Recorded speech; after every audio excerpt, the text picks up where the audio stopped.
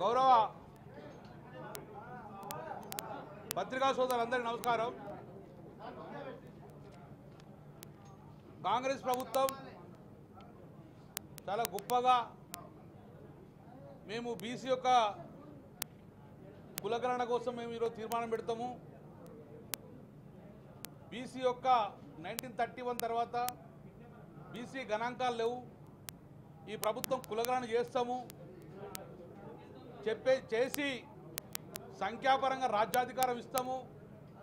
బీసీలు ఎంత ఎక్కువ శాతం ఉంటంత విద్యలో కానీ ఉద్యోగాల్లో కానీ స్థానిక సంస్థలలో రిజర్వేషన్ ఇస్తాము.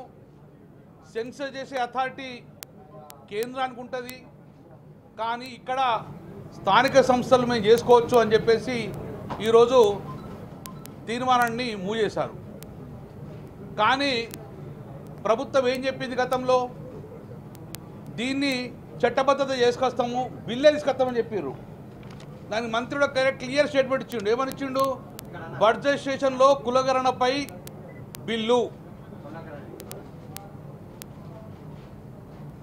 ఇది ఆన్ రికార్డు ఒక బీసీ శాఖ మాత్యులు బయట చెప్పారు. అంటే ఈ అసెంబ్లీ సెషన్లో డేట్ కూడా ఉన్నది, ఇస్తాం మేము బిల్లు తీసుకొస్తామంటే చట్టం చేస్తామని మేము భావించాం. చట్టం చేస్తే దీనికి స్టాండర్డ్ ఉంటుందని చట్టం చేస్తారని నమ్మకంతో మేము వచ్చినాం. ఈరోజు అలా తీర్మానం ప్రవేశపెట్టారు. తీర్మానం ప్రవేశపెట్టినప్పుడు mood of the house, total mood of the house ఒకటే అన్నారు, ఈ తీర్మానానికి స్టాండర్డిటీ ఉండదు, ఈ తీర్మానం కాదు, దీన్ని బిల్లు రూపకంగా మార్చండి, చట్టం చేయండి, ఈరోజు తీర్మానం పాస్ చేసుకోండి, అందరూ స్వాగతిస్తాం. మేము కూడా స్వాగతించాం. బీసీలకు మీరు గొప్ప అవకాశం కలిగిస్తారు కాబట్టి మేము కూడా స్వాగతిస్తాం, అభినందించాం, గౌరవ ముఖ్యమంత్రిని అభినందించాం.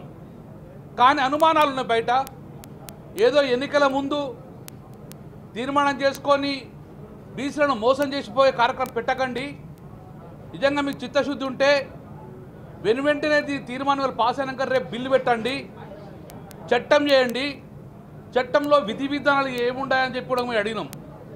ఏమడిగినాం క్లియర్గా, ఈ చట్టం తయారు చేసి ఎన్ని రోజుల నుంచి మీరు సర్వే స్టార్ట్ చేస్తారు? సర్వే స్టార్ట్ చేస్తే 5 సంవత్సరాలు చేయలేరు కదా. సర్వే స్టార్ట్ చేసి ఎన్ని రోజుల్లో కంప్లీట్ చేస్తారు? అది కూడా తొందరగా కంప్లీట్ చేయండి. 5 సంవత్సరాలకు ఒకసారి వచ్చే స్థానిక సంస్థ ఎన్నికలు ఉంటాయి, రాబోయే మున్సిపల్ ఎన్నికలు ఉంటాయి, రాబోయే జెడ్పీటీసీ సర్పంచ్ ఎన్నికలు ఉంటాయి.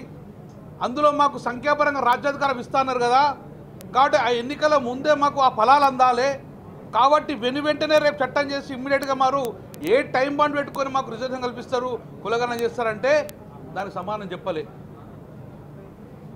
టైం బాండ్ ఎంత పెడితే చెప్పలేరు, ఎవరెవరు సర్వే చేస్తారని చెప్పలేదు, ఎప్పుడు చేస్తారో చెప్పలేదు, ఎప్పుడు కంప్లీట్ చేస్తారో చెప్పలేరు, ఎంత బడ్జెట్ అవుతుందో చెప్పలేరు, బడ్జెట్ ప్రొవిజన్ ఉన్నదంటే ఏం చెప్పలేదు, కేవలం తీర్మానం పెట్టిర్రు.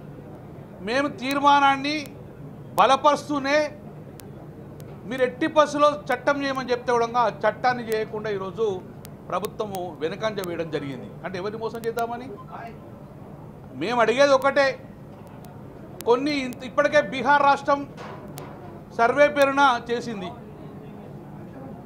ఆ రోజు కర్ణాటక చేసింది 2015లో, ఈరోజు ఏపీ కూడా సర్వే చేసింది, కానీ ఇంతవరకు అది అమలు కాలేదు.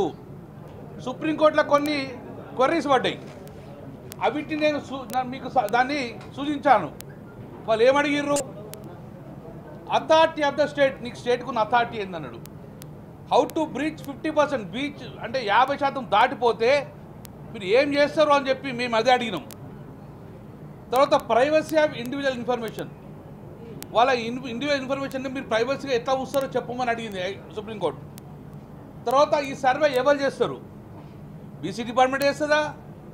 మరి రాష్ట్ర వ్యాప్తంగా గణాంకాలు లెక్క పెట్టాలంటే ఒక బీసీ కాదుగా, ఎస్సీ ఎస్టీ మైనార్టీ అందరు గణాంకాలు చేస్తే మా బీసీ పర్సెంటేజ్ వస్తుంది. ఎవరు చేస్తారు? జిఏడి చేస్తుందా? బీహార్ జిఏడి చేసింది, బీహార్లో జిఏడి చేసింది. 2011లో సెంట్రల్ గవర్నమెంట్ ఉన్నప్పుడు అది రూరల్ డెవలప్మెంట్ చేసింది. మరి ఇక్కడ స్పెషల్ ఏమన్నా కమిషన్ వేస్తారా? బీసీ కమిషన్ దగ్గర వేస్తారా అంటే దానికి ఆన్సర్ లేదు.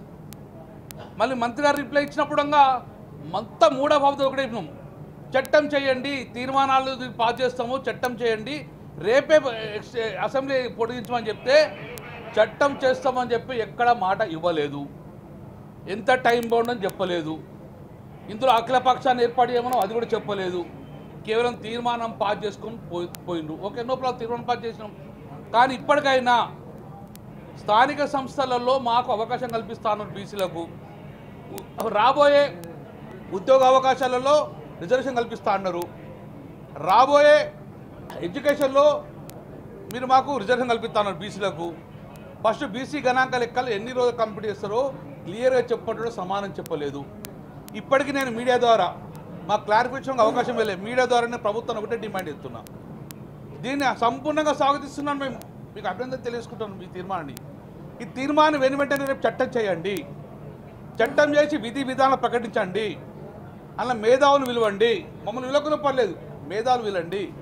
బీసీ సంఘాలు పిలవండి. న్యాయపరం చిక్కులు రాకుండా న్యాయ వ్యవస్థను పిలవండి.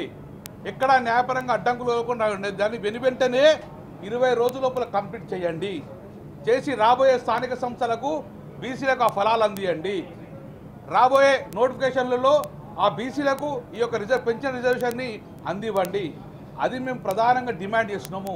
కానీ తీర్మానం చేసినాం మేము, కానీ సమయానికి అందలేదు అంటే గిట్ట మళ్ళీ బీసీలను మోసం చేసే ప్రయత్నం చేసిన బట్టి బీసీలను మోసం చేయకండి. బీసీల మనసును గాయపరచకండి. వెంటనే దీన్ని మేము ఇయ్యలే హామీ, మీరిచ్చిన హామీనే. బడ్జెట్లో బీసీలకు బిల్లు పెడతామన్నారు. ఏది బిల్లు? తీర్మానం పెడితే బిల్లు కాదు కదా, చట్టం చేయమంటున్నాము. ఇప్పటికీ మేము కాదు, వాళ్ళ మిత్రపక్షమైన కురునేని సంబరేశ్వరం కదా చెప్పారు, ఎంఎం పార్టీ అని చెప్పారు, ఈవెన్ కాంగ్రెస్ వాళ్ళంగా దీన్ని చట్టం చేయమని చెప్తాడంగా ఎక్కడ చట్టం చేయకుండా కేవలం తీర్మానం చేసినారు. ఈ తీర్మానానికి ఏ ప్రాముఖ్యత ఉంటుందని మేము డిమాండ్ చేస్తున్నాం. సరే, ఈమె తీర్మానం చేసినాం, మీ నిబద్ధత చాటుకోండి. రేపు మళ్ళీ ఇమ్మీడియట్గా చట్టం చేయండి, జీవో ఇష్యూ చేయండి, ఇచ్చేసి ప్రక్రియ మొదలుపెట్టండి. ఆ ప్రక్రియ 20 రోజుల్లో కంప్లీట్ చేయండి. బీహార్లో 1 మంత్లో కంప్లీట్ చేసిర్రు మొదటి ఫేజ్, రెండో ఫేజ్. మీరు కూడా మేము ఎస్కేఎస్ 1 రోజులో కంప్లీట్ చేసినాం. కాబట్టి మీరు 15 రోజులు కంప్లీట్ చేసుకొని వచ్చే ఎన్నికలలో, వచ్చే ఉద్యోగాలలో, విద్యలలో మా బీసీలకు నిజంగా మీకు ప్రేమ ఉంటే ఆ ఫలాలు అందివ్వండి. మా యొక్క లెక్క చెప్పండి. ఎస్సీ ఎస్టీల బీసీల మొత్తాన్ని చేసినాక మా బీసీల వాటా ఎంత, మా బీసీల యొక్క గణన ఎంత, మా బీసీ యొక్క పాపులేషన్ ఎంత తెలంగాణలో అది చెప్పాలి. దాన్ని 80% దాచుకోవద్దు అని చెప్పేసి ప్రధానంగా మేము టీఆర్ఎస్ పక్షాన డిమాండ్ చేస్తున్నాం. Thank you. మేము అదే అడిగినాము, క్లారిటీ చెప్పలేకపోయారు వాళ్ళు. లాస్ట్ చెప్పింది ఏంటంటే కన్ఫ్యూజ్ చెప్తున్నారు, క్లారిటీ చెప్తలేరు. వాళ్ళు చెప్పేది ఏంటంటే ఓన్లీ బీసీ గణాంకాలు కాదు, రాష్ట్రం మొత్తంలో ఉన్న ప్రతి ఒక్క ఇంటిని కూడా లెక్క పెడతాము. అందులో ఏ కులం ఉన్నారు, ఎవరున్నారు లెక్క పెట్టుకొని రాష్ట్రంలో ఉన్న 4 కోట్ల మంది యొక్క కులగణన చేస్తాము. అందులో బీసీ పర్సెంటేజ్ బహిర్గతం చేస్తామని ఫైనాన్స్ మినిస్టర్ పేరు. So we are waiting. మా శాతం, మా బీసీల శాతము ఈ తెలంగాణ రాష్ట్రం ఎంత ఉందో బహిర్గతం చేస్తామంటారు. కాబట్టి అందుకే తొందరగా రేపని స్టార్ట్ చేసుకొని మా యొక్క బీసీల శాతం బయట చెప్పండి. ఆ బీసీల శాతం పెరిగిన సంఖ్యాపరంగా రాజ్యాధికారం ఇస్తా అన్నారు, స్థానిక సంస్థలకు ఇప్పిస్తా అన్నారు. స్థానిక సంస్థలకు మొత్తం కూడా స్టేట్ గవర్నమెంట్ అథారిటీ ఉంటుంది కాబట్టి స్టేట్ గవర్నమెంట్ మాకు ఇస్తా అన్నది. కాబట్టి విద్యలో అవకాశం స్టేట్ గవర్నమెంట్ ఇస్తా అన్నది, ఉద్యోగాల్లో స్టేట్ గవర్నమెంట్ ఇస్తా అన్నది. పెన్షన్ రిజర్వేషన్ ప్రకారము స్థానిక సంస్థలు మాకు అవకాశం ఇస్తారు. కాబట్టి వి ఆల్ ఆర్ వెయిటింగ్. ఈ రోజు నుంచి మమ్మల్ని మోసం చేయకండి, మా మనసులు గాయపరచకండి. అందుకే వెంటనే రేపు దాన్ని చట్టాన్ని చేయమని చెప్పి మేము ప్రధానంగా డిమాండ్ చేస్తాం. సమగ్ర కుటుంబ సర్వే అనేది కులగణన కాదు, ఇది కులగణన. చట్టం చేయమన్నది సమగ్ర కుటుంబ సర్వే అనేది గవర్నమెంట్ ఆ యొక్క సోషో దాని ప్రకారం తీసుకుని డాటా పెట్టుకుంటుంది. కానీ ఇక్కడ బహిర్గతం చేస్తాను ఇక్కడ చెప్పలేదు కదా.